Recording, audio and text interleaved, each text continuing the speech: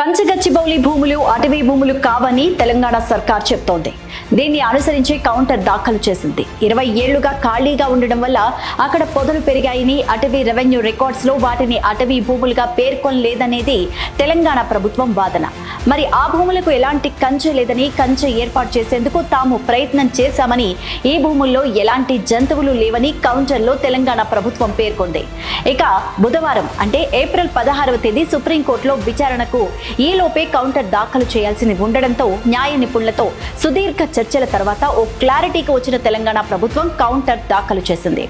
ఈ భూముల అంశానికి సంబంధించి సుప్రీంకోర్టు ఇప్పటికే తెలంగాణ సర్కార్కు గట్టిగానే మొట్టికాయలు వేసింది కూడా. గత విచారణ సందర్భంగా భూముల్ని తదుపరి విచారణ వరకు కొట్టివేయొద్దని కూడా, కౌంటర్ దాఖలు చేయాలని కూడా ఆదేశించింది.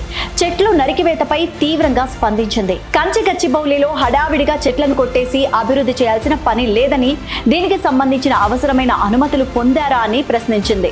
ఇక స్థానిక చట్టాలను అమలు చేశారా అంటూ కూడా పలు ప్రశ్నలు సంధించింది కోర్టు.